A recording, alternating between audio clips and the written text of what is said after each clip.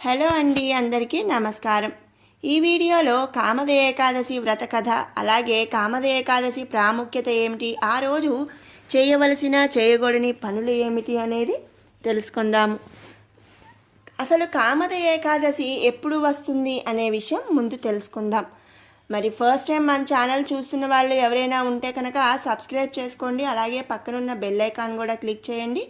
ఈ వీడియోని ఆఖరి వరకు కూడా స్కిప్ చేయకుండా చూడండి, ఎందుకంటే ఎన్నో మంచి విషయాలు మనకి ఈ వీడియోలో అయితే తెలుసుకోబోతున్నాము.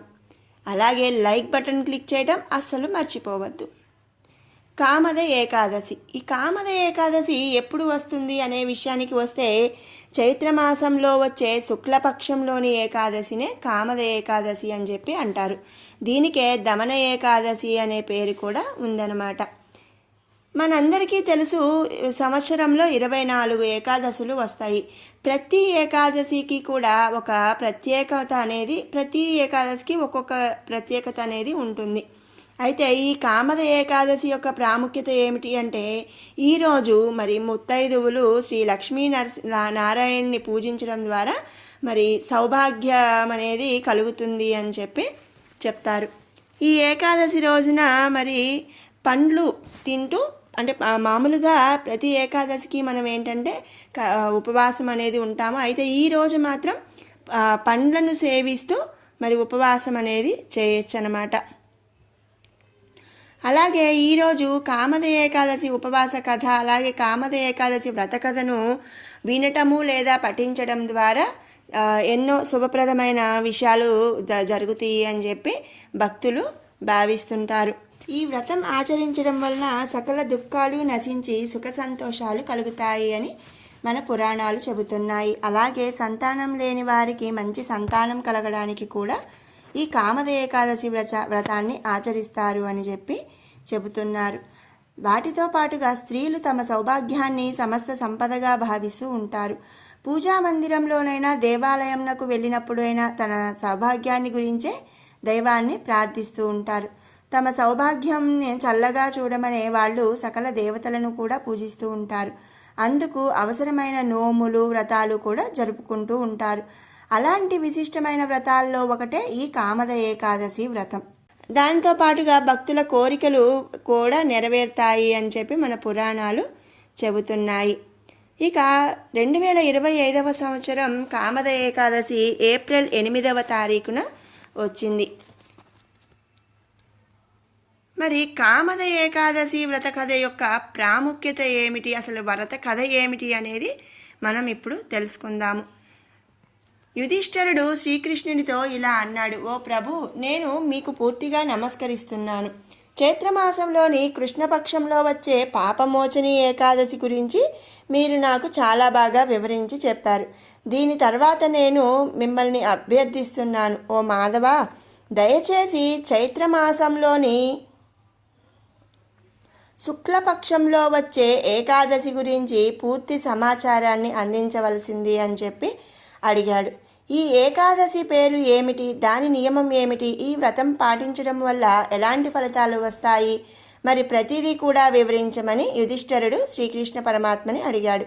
దీనిపై శ్రీకృష్ణుడు ఇలా అంటాడు: ఓ ధర్మరాజా యుధిష్ఠిర, చైత్రమాసంలోని శుక్లపక్షంలో వచ్చే ఏకాదశి తిథిని కామద ఏకాదశి అని చెప్పి అంటారు. ఒకసారి దిలీపురాజు మహర్షి వశిష్ఠుడిని ఇదే ప్రశ్న అడిగాడు. వశిష్ఠ మహర్షి ఈ విషయాన్ని దిలీపురాజుకు ఏమని చెప్పాడో అదే చెబుతాను, వినమని చెప్పాడు. కామద ఏకాదశి వ్రత కథ. చాలా ప్రాచీన కాలంలో భోగిపూర్ అనే రాజ్యం ఉండేది. అనేక సంపదలతో నిండిన పుండరీక అనే రాజు రాజ్యం ఉండేది. ఈ రాజ్యంలో చాలామంది అప్సరసలు, కిన్నరులు, గంధర్వులు నివసించారు. అదే స్థలంలో లలిత అనే వ్యక్తి, మహిళ చాలా విలాసవంతమైన ఇంట్లో నివసించేవారు. ఆ ఇద్దరు భార్యాభర్తల మధ్య చాలా అనురాగం ఉండేది. ఇద్దరు కూడా చాలా కాలం పాటు విడిపోయి ఉంటే ఇద్దరు చాలా బాధపడేవారు. ఒకప్పుడు పుండరీక సమేతంగా గంధర్వులందరితో కలిసి లలిత కూడా గాన కార్యక్రమం చేసింది. తను పాట పాడుతుంటే తనకిష్టమైన లలిత గుర్తొస్తుంది. దాని కారణంగా అతని స్వరం పాడైపోతుంది. మొత్తం పాట యొక్క రూపం కూడా చెడిపోయింది. లలిత భావాల గురించి తెలుసుకున్న అతను కర్కోట అనే పాములో తన స్థానం క్షీణించడంతో రాజుకు కథ మొత్తం చెప్పాడు. అందుకు పుండరీకరాజు కోపంతో నా ముందు పాడుతూ నీ భార్యను స్మరించుకుంటున్నావు అన్నాడు. అందువల్ల శిక్షగా నరమాంస భక్షక రాక్షసుడిగా మారటం ద్వారా మీరు మీ కర్మల ఫలితాలను అనుభవించవలసి ఉంటుంది అని చెప్పి శపించాడు. ఆ క్షణంలోనే పుండరీకరాజు ఇచ్చిన శాపం కారణంగా లలిత చాలా భయంకరమైన మరియు పెద్ద రాక్షసుడిగా రూపాంతరం చెందింది. అతని ముఖం చాలా భయంకరంగా ఉంది. అతని కళ్ళు సూర్యచంద్రుల వలె ప్రకాశవంతంగా ఉన్నాయి మరియు అతని నోటి నుండి అగ్ని కూడా వెలువడుతుంది.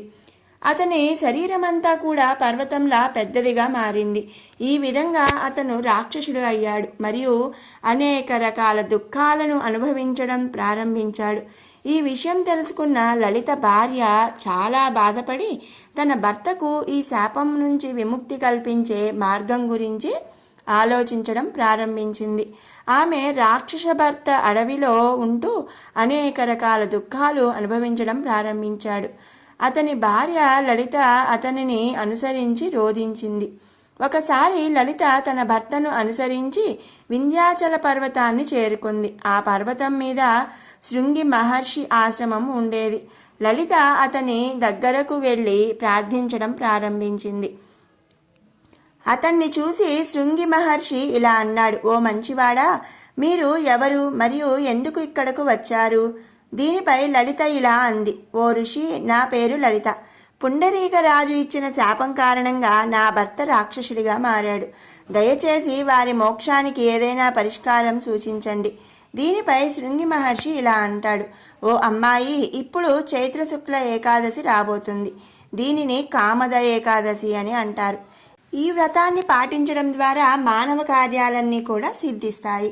మీరు ఈ కామద ఏకాదశి రోజున ఉపవాసం ఉండి దాని పుణ్యాన్ని మీ భర్తకు ప్రసాదిస్తే త్వరలో మీ భర్తకు అసుర స్వరూపం నుండి విముక్తి లభిస్తుంది అని చెప్పి ఋషి చెప్పాడు. ఋషి సలహా ప్రకారం లలిత చైత్ర శుక్ల వ్రతాన్ని ఆచరించి ద్వాదశి రోజున బ్రాహ్మణుల ముందు తన ఉపవాస ఫలాన్ని భర్తకు ఇచ్చి విష్ణువును ప్రార్థించడం ప్రారంభించింది. ఓ ప్రభు, నేను ఆచరించిన ఈ వ్రత ఫలాన్ని నా భర్త దేవుకి అందజేయాలి. తద్వారా అతను త్వరలోనే ఈ రాక్షసుడి నుండి విముక్తి పొందగలడు.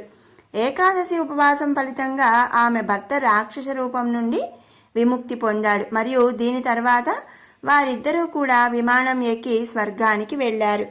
ఇది కామద ఏకాదశి యొక్క వ్రత కథ. కామద ఏకాదశి పూజా విధానం అలాగే ఆచరించవలసిన ఆచారాలు కూడా మనం ఇప్పుడు తెలుసుకుందామండి. చైత్రశుద్ధ ఏకాదశి రోజునే కామద ఏకాదశి అని అలాగే దమన ఏకాదశి అని పిలుస్తుంటారు. ఈ రోజున వివాహితులు లక్ష్మీనారాయణను ఆరాధించాలని శాస్త్రం చెబుతుంది. ఈ రోజున బ్రహ్మ ముహూర్తంలో నిద్రలేచి స్నానం చేయాలి. తర్వాత దేవతలను ధ్యానించాలి.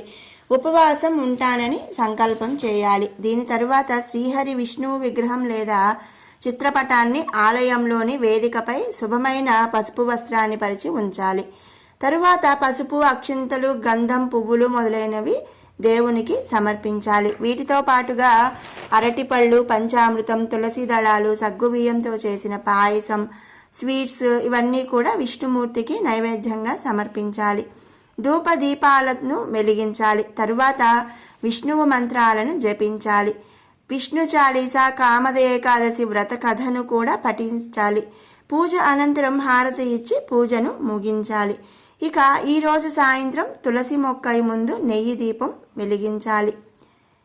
కామద ఏకాదశి పూజ నియమాలు ఏమిటి అంటే, ఈ రోజున రాత్రి నిద్రపోకుండా జాగారం చేయాలి. విష్ణువుని కీర్తిస్తూ భజనలు పాడాలి. అలాగే కుదిరినంతలో బ్రాహ్మణులకు అన్నదానం, దక్షిణ ప్రసాదం ఇవ్వాలి. ఈరోజు దాన ధర్మాలు చేయటం ఎంతో మంచిది. వీటితో పాటుగా మరి ఈ రోజున జుట్టు కట్ చేయడం, గోళ్లను కత్తిరించడం అనేది చేయకూడదు. అలాగే మాంసం, మద్యం అనేది త్యజించాలి. ఈ రోజున ఎవరిని కూడా మరి దూషించకుండా చక్కగా ఆ దైవ నామ సంకీర్తనలలో ఉండాలన్నమాట. ఇది మరి కామద ఏకాదశి వ్రత కథ. ఈరోజు పాటించవలసిన నియమాలు అలాగే పూజా విధానం ఇవన్నీ కూడా మనం తెలుసుకున్నాము. మరి రేపు ఈ వ్రత కథ వినడం వల్ల లేదా చదవటం వలన మరి అందరూ కూడా ఎంతో సంతోషంగా ఉంటారు, కోరిన కోరికలు తీరుతాయి, వాటితో పాటుగా సౌభాగ్యం కలుగుతుంది అని చెప్పి మన పురాణాలు చెబుతున్నాయి.